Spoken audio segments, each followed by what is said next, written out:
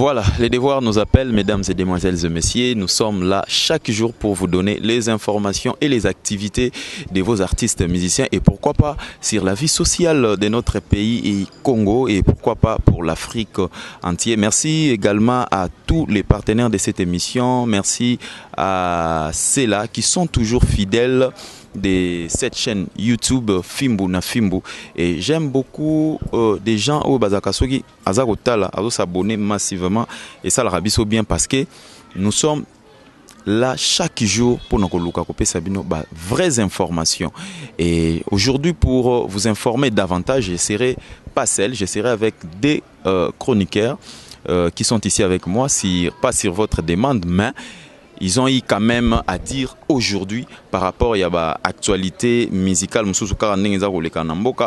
par rapport au pays à Makambo.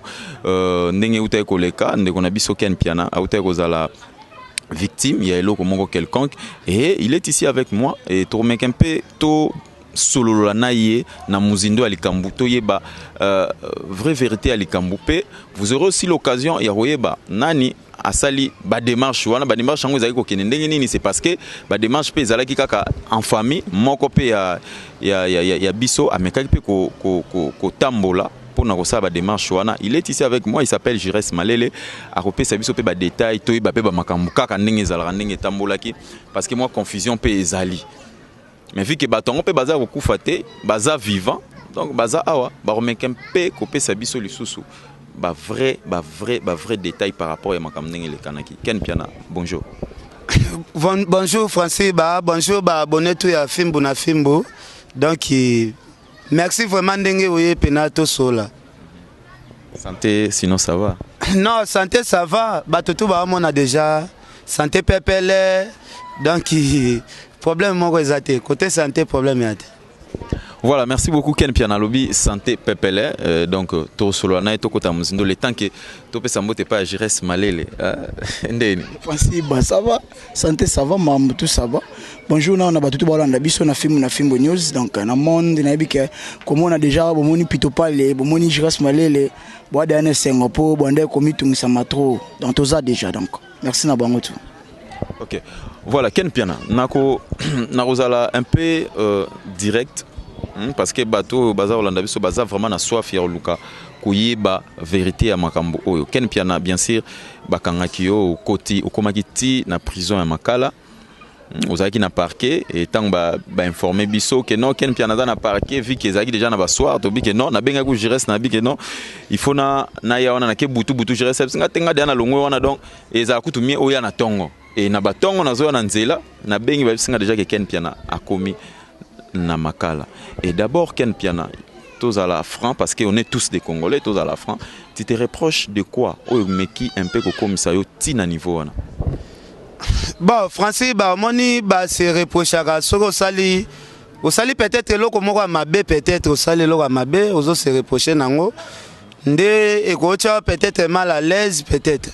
Mais ngai vraiment na yebisa yo Francis bande ko na ngai nyoso tu ya Congo toza biso nyonso ba Congolais nga Ken Piana bobulaka te soki kombo Ken Piana ebandi na Ken peut-être bato msusu bozwanga neti étranger nga na botami na Kalemi eloko séparé Kalemi na Tanzanie eza laki eza bandeko na biso mingi ya Kalemi bakenda somba biloko na Tanzanie bamiliki basukali babiloko ebele batu pe ya Tanzanie baka mingi kosomba biloko côté ya Kalemi donc muto ayebisa mama nanga ki robota mwana mobali mwana ana ozala ndoi nanga azandeko na biso o aza mutu ya Tanzanie kombo na ezali Papa Ken o azali ndoi nanga wapesanga kombo donc naza congolais d'original côté la makambo o ezoleka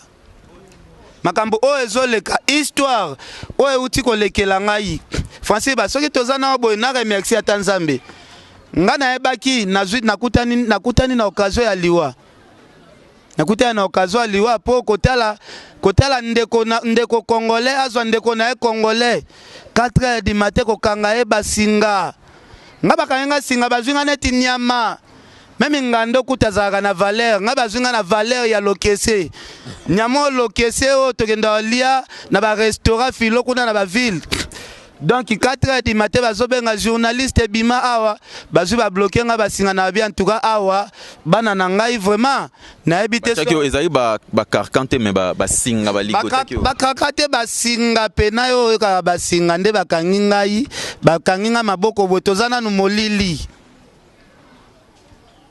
Mais nzambe merci kaka, nzambe vraiment merci na o nyoso to eleki wana vraiment na pesa nzambe merci na pesa ba abonné na biso ya fimbu na fimbu merci na pesa ponga sali bane bele na kendaka église te bane tale bele na kendaka église te nazala négliger makambo ya kende be église na loba ba pasteur wana za kopi na bango ke ko kende église eza très important na nenga ba blague te. En tout cas nzambe ya prophète Emmanuel Dodi azapena nzambe oyo asalaka.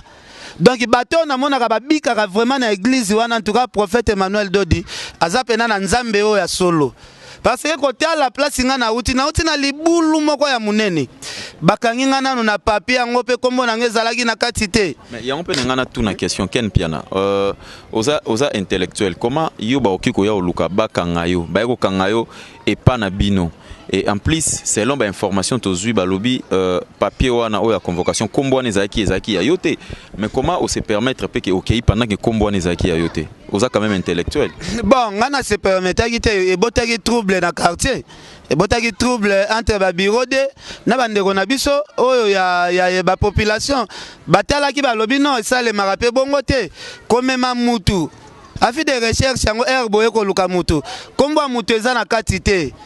Bandeko na ngai ba congolais kombo na ngai eza na kati te bandeko na ngai bakimisi nga bamemi nga tina kanstepe bandeko na biso ba ekuna tellement na monaki masi ya batu eleki ebele na sengi kaka na batu na bite bo se calmer na kende kaka na bango na ba soki problème nini po na papier o na moni kombo na ngai eza te nga lobi peut-être nazana nga na problème te peut-être basali confusion na kende kuna na koma kuna na fandi tiba yo bimisela nga ba papier o kombo na ngeza na kati ngabi me papier o soki yango nde boyaki na ngweli ngake sala bien makambo ngo ti ndenge eleki na ngwana nzambe aza nzambe ya ba ofele nzambe ya ba innocent nzambe ya mawa nzambe ya babola nzambe ya babola nzambe ya bato pe nanu bazwi te po lobi na biso toyebi te eza te soki lelo komi na mbongo obando manipuler donc mbongo na yo lukaki ezalaki mbongo ya koluka pole sa famille na yo te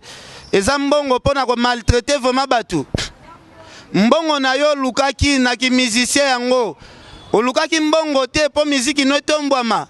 Donc mbongo wana kaka malgré musique no wana ezokende na kokufa. Donc mbongo wana ezali kaka po bebisa na nzoto Ken Piana. O quantième fois vraiment zo bebisa mbongo na yo kaka po na ngai. Donc ngana komi compte bancaire na yo o tiaka mbongo compte bloqué o yo tiaka mbongo epa na ngai obizango na nzoto na nga.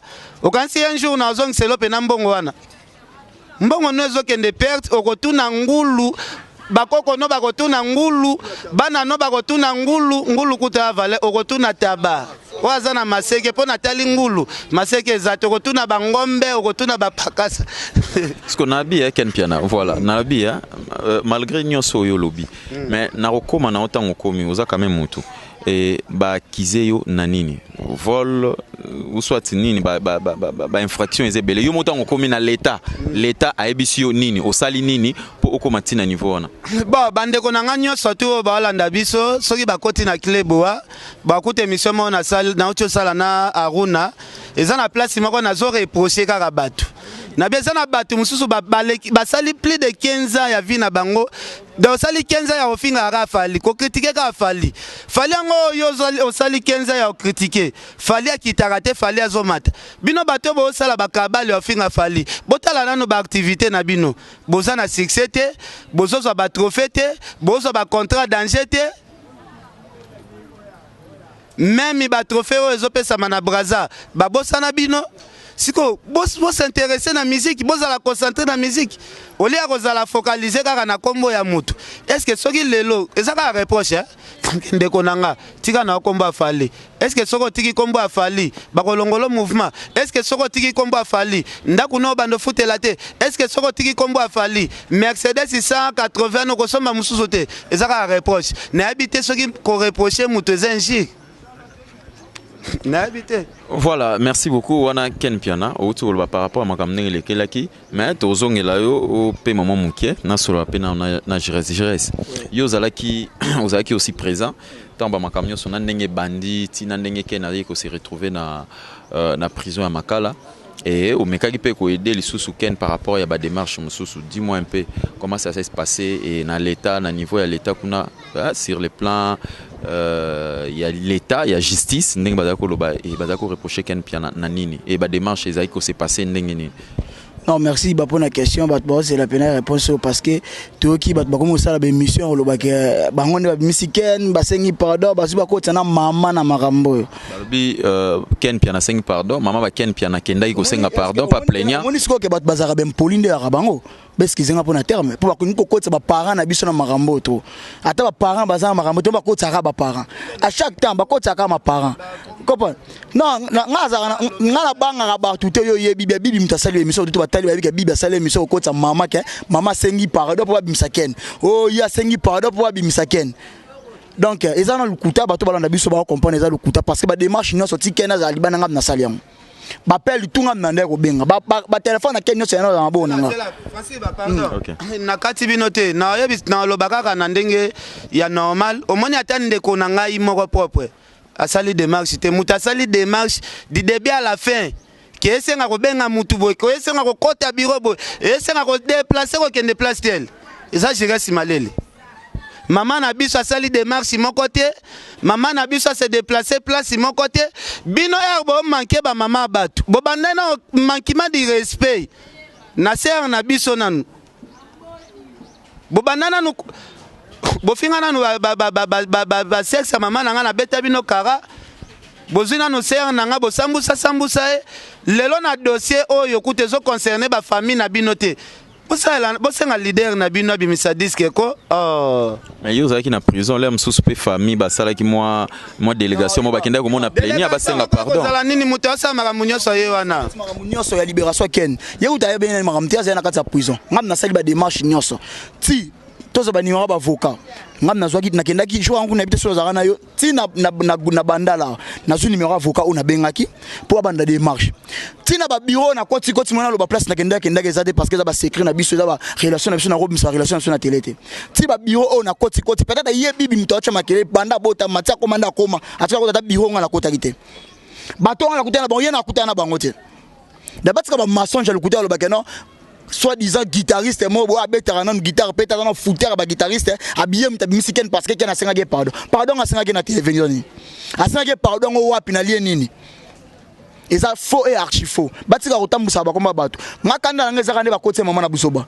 ba kokota mama na ba busoba ote tellement ba na actualité te ndeke na lobi asenga leader na bonga bimisa disque pour zo actualité te ya kolobela ke non nzembo boye libanga boye ba so pe mabanga pona zo libanga na disque te tellement na posa zo libanga na disque asenga leader abimsele disque ba kokata libanga e komata actualité na ye atika kokota ba bato te ba awtala masute tellement bango kuna batala malisute ba suna actualité mo to ba ko créer ba to ko créer aba misa fali ba kimi ba keso na Canada ba nos ba kimi e simbite Kashwa Ken et comme yo mutabimisi kingani ponga na senga ke pardon on senga kiango wapi na nene ebeli bango tango senga pardon enregistré pour ba makasi na ko enregistrer batu fallait enregistrer pas ça na senga pardon abimisa ngo bien avant que non na zo senga la Ken pardon so ka bimisa ngai asala kiango te Ken abimi et comme yo mutasenga la Ken pardon na mission nini ba makasi na enregistrer so bazaki na basenga pardon nga enregistré déjà pardon depuis kala azonga tchangote na osenga Ken pardon so lelo Ken abimé ozala ngane na bimisi Ken asale loko wana te nga na sali ba démarche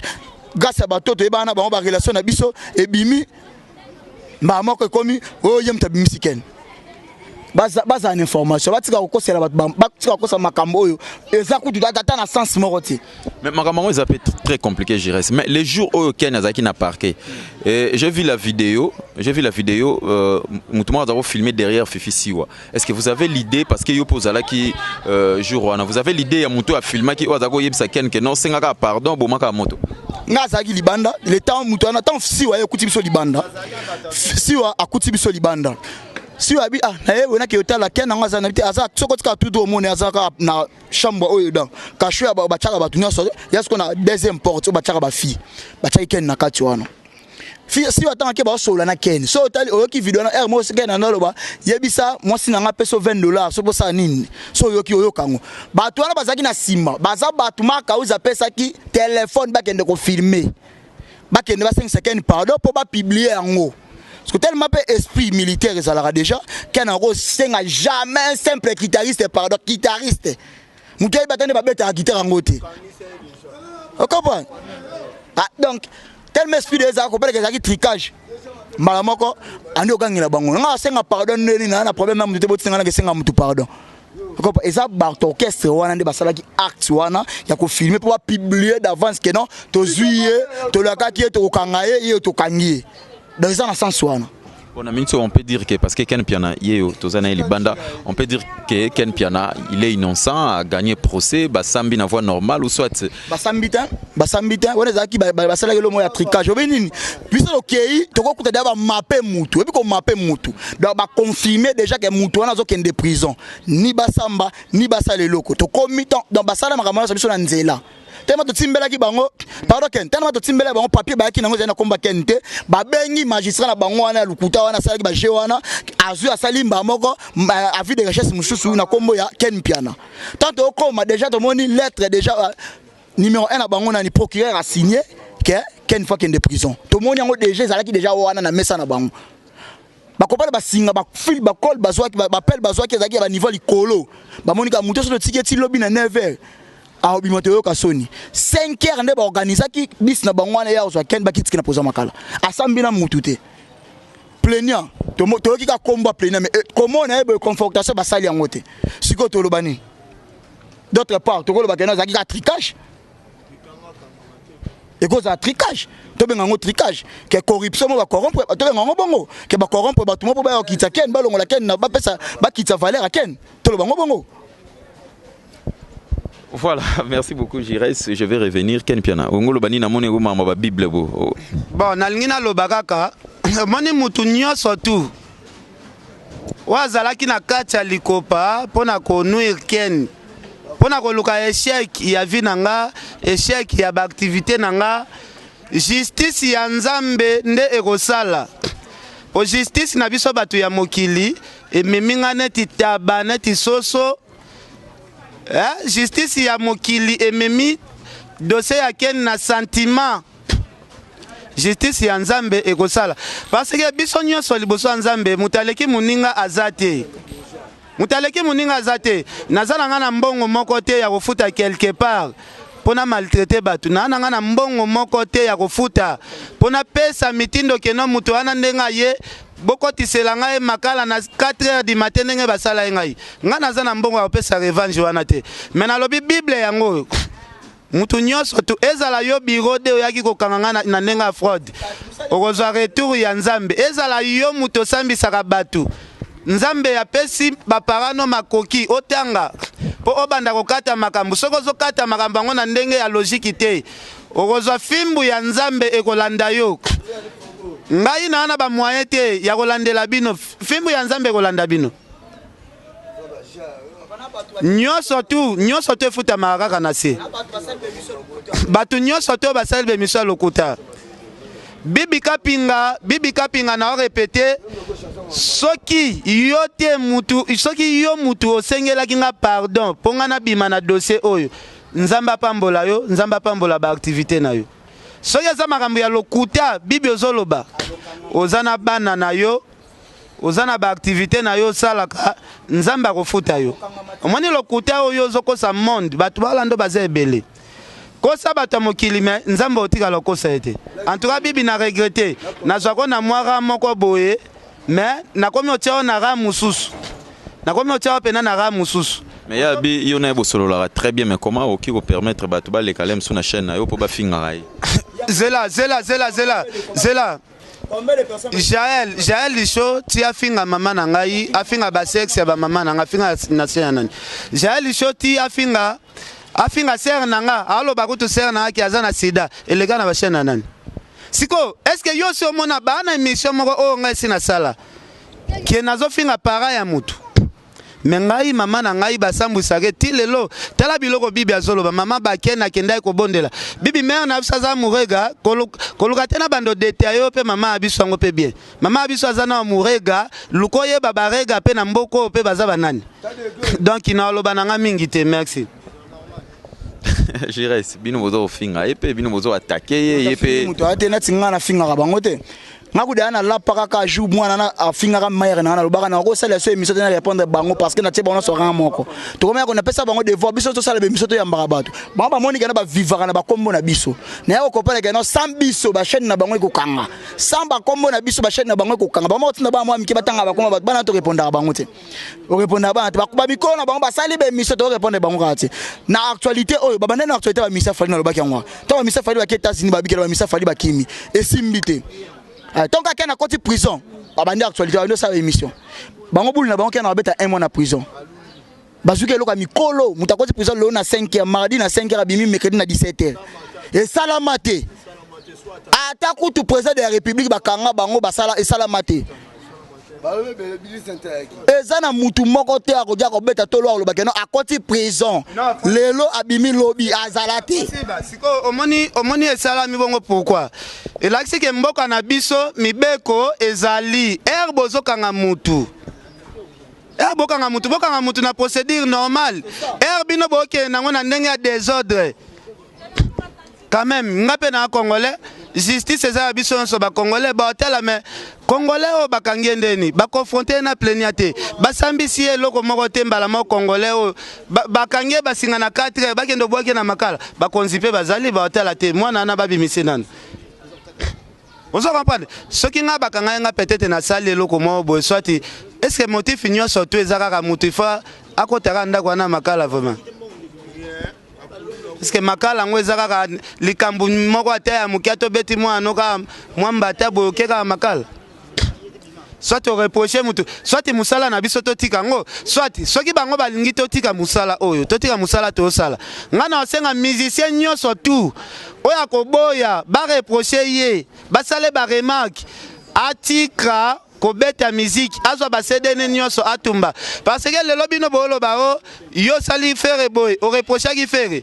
Soki lelo bango pe basengi keken pia na kolobela kombo na biso te ngai pe na kotika kolobela kombo na bino mais jour na koyoka nga na lali musique na bino ezo déranger na fenêtre na nga pe na ke na porter bino plainte mais oui ke ngai na lali musique na yo ezo bete déranger fenêtre na nga na ke pe na zui ba soda ba bureau de ne bozola kinga pe na ke na porter plainte wana okanga mutu bar okanga bato ba terrasse bar te na kolo musique po yenda sala ki musique wana ayo pesa ngo bato ba bar donc yonde ozwa problème po yo lingi babengo artiste musicien te so nzembo wana ekomaki na fenêtre na nga ndenge nini yo lobina lobela ka te seki na na bezo pa yo ka voix na yo te botika musique ya fali et déranger nga soki na lali botika musique ya Kofi déranger nga soki na lali botika musique ya Were déranger nga soki na lali botika le king de king ipupa international a déranger nga soki na lali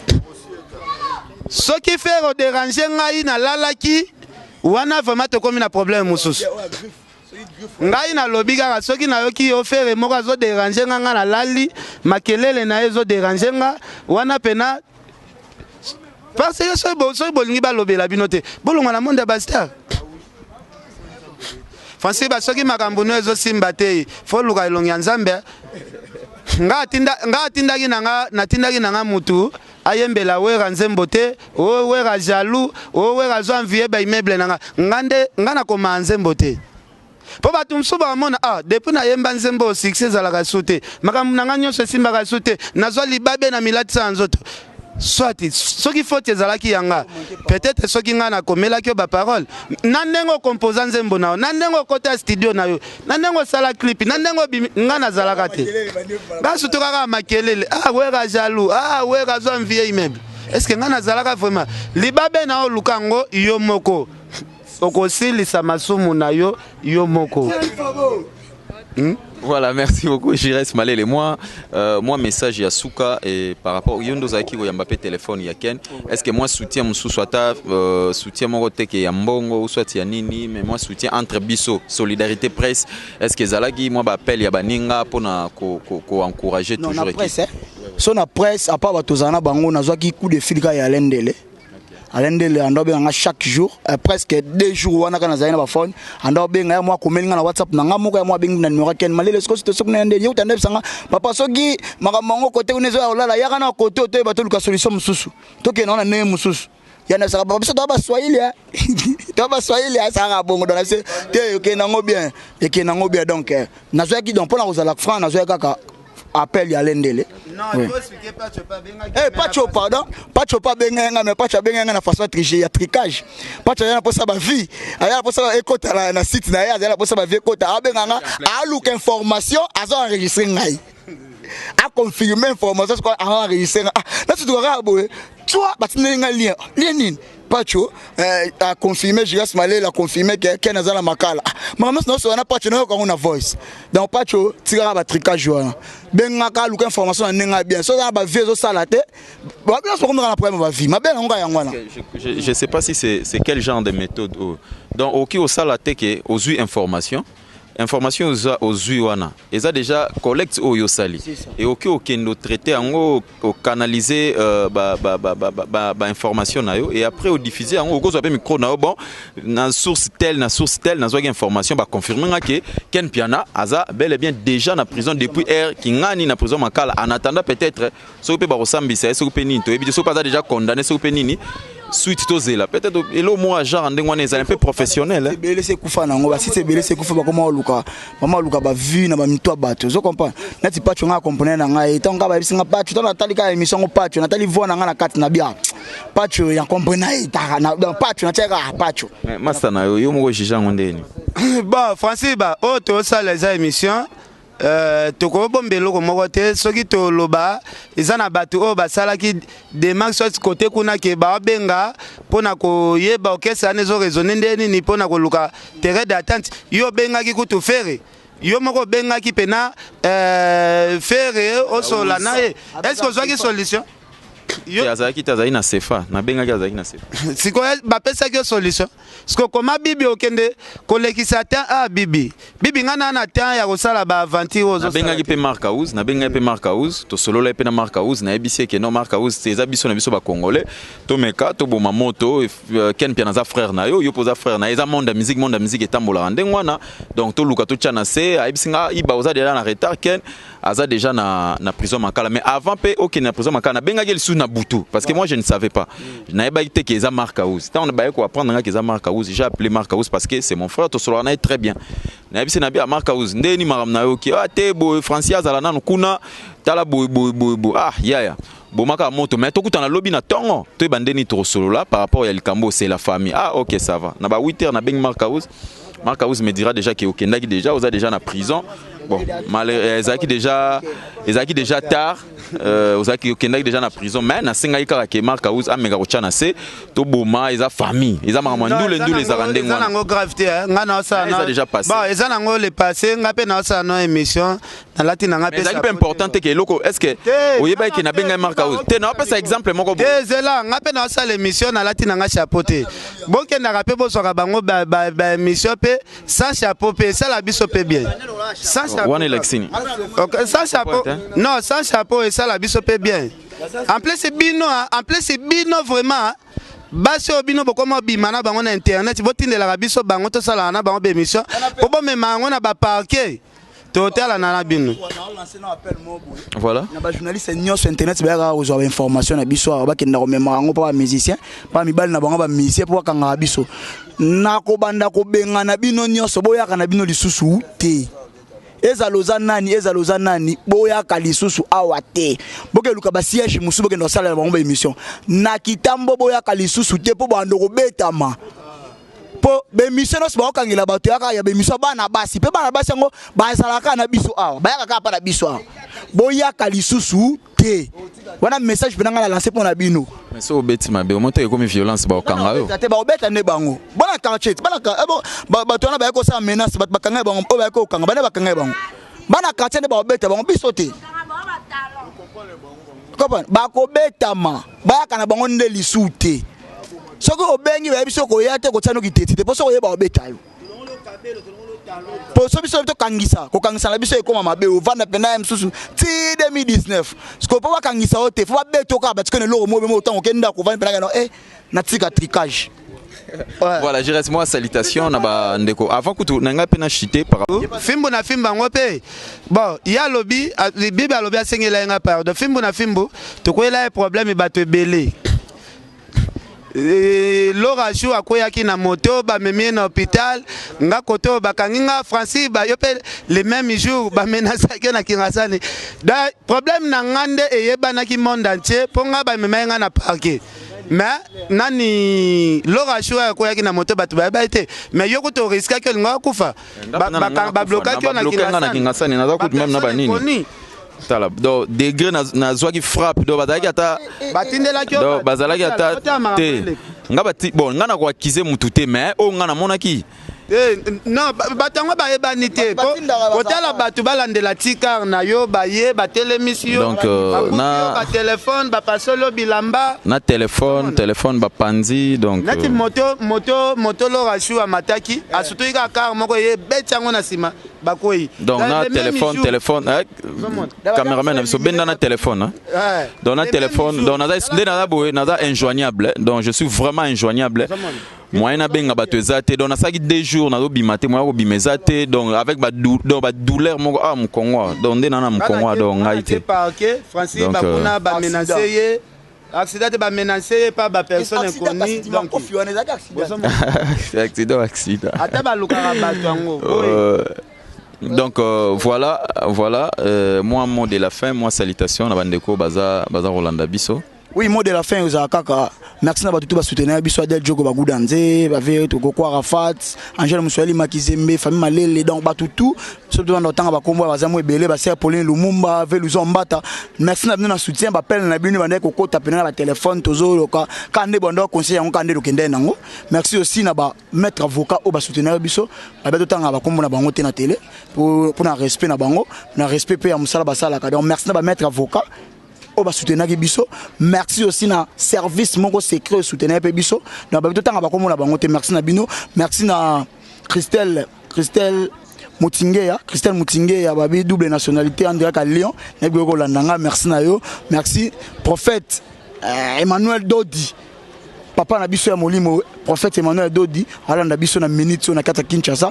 Merci aussi na prophète Moïse na kata London na biko landanga. Merci Madebo Kamanda, merci na yo Madebo Kamanda et puis pour landanga. Merci na batutu balandi biso Luzo Mbata Raoul Mulobo tout de rap Raoul Machoupe bozake belé wana bolandaka biso bo continuer ko s'abonner biso zaka to sa boulot tricage no se bando ya to andolonga ngo poto biso la ba nzambe donc bakanga biso na auto salité bando le kakabo et bando japé kaka donc voilà merci beaucoup je reste Malele Ken Piana moi mot de la fin moi salutation na bandeko bazar Rolanda Biso poto to chité to comme vraiment na suka émission na pesi nanu merci mingi na basali ya Nzambe prophète Moïse na Londres na pesi merci na prophète Emmanuel Dodi limité 6e rue place penato genda sambela en plus batu fo ba bango jeudi le premier ya jeudi tokende siko sambela pena prière tozwa quartier Mobimba tokende plus de 3000 personnes. Oh, comprends, boyoka a déjà communiqué. Jeudi le premier, tu as 5 transco ya minene awa. Toke pena prière ma bonne de li pena. Parce que Nzambe na biso bandi soko frapper. En tout cas, to sengi Nzambe merci. Nengo tindela ki biso vraiment ba avocat o te kotanga te te ko dévoiler te bango ba kaka soki bokoseli biso problème ba ye soki nde to sali problème ba koya bango te mais comme eza ba problème ya lokuta bango ba koya. Donc merci c'est Pauline Lumumba, Adel Djoko Bagou Danger, ve Luzo Mbata, ve Jimmy Bella ou patron, Prince Yaweli, Mister Aversas, Patrick Mayangi, Richard Amele patron, Gauthier Mascotte, Pire Vieyo Yebi. Merci président Weranson, président Werapona, appel à Makasi Nakasi à parquet. Ah venanga mopa au Kofi Olomide. Venanga mopa au Kofi Olomide. Bango bakanisa kinini. Kenny Poupangia Molomide. Voilà, merci beaucoup cher ami. King ayamba pe biso esalaki biso pe bien to fandaki donc comment na moboto garçon mo abotama mignon ayembaka bien aoza ba trophée aosala makambo ya minene ebele abotama mokuse te.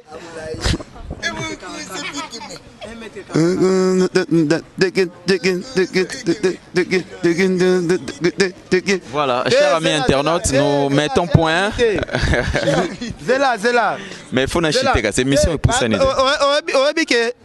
Et ça peut place moko ba lobaki ah yo finga ke mukuse po ani na bidani yango za mukote o finga ke za mukuse oh e bongo mukuse yango siko nani yango ngana finga ke za ote o finga ke za mukuse ngabi bote anote nango ngape na mulai te ko lino yaka botala mutata ya fali lino yaka botala mutata ya fali siko tala place na suke live vraiment on comprend donc tala place na do yaza mulai pena donc oh finga ki aza mukuse oh ngape naza nga mulai te ngape oh te yo lobaki aza ujana po aza mukuse ba confondre na ba amike na oh ngape ba confondre nga na ba amike tai na biso nde mabe na ngweza eza tai nde ya ba complexe tai nanga eza tai nde ya ba complexe tokosela bato makambo pamba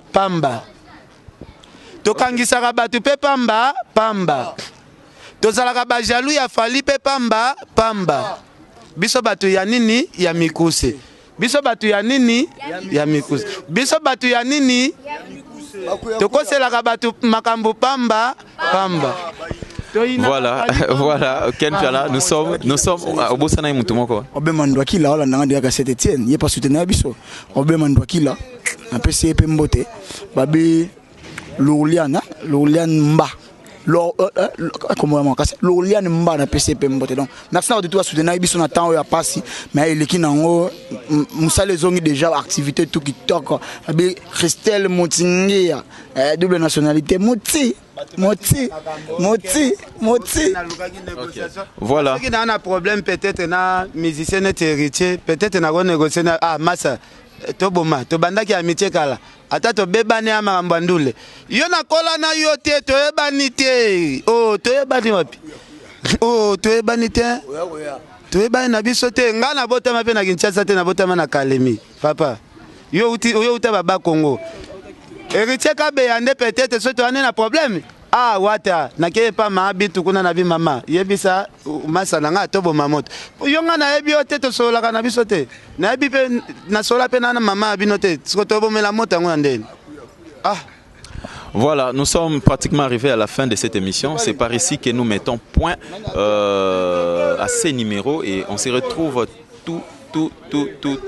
très prochainement. On se retrouve très prochainement pour un nouveau numéro de cette émission et Naza injoignable bateau ba peut-être ba contacter ngai à Gilocams bateau peut-être ba contacter ngai et masana ngai Clovis boki obenga ou soit tata na numéro ya Ken Piana Gilocams oki obenga ta killer Kilesi donc ozwanga en direct donc voilà on se retrouve très prochainement pour un nouveau numéro. Ciao.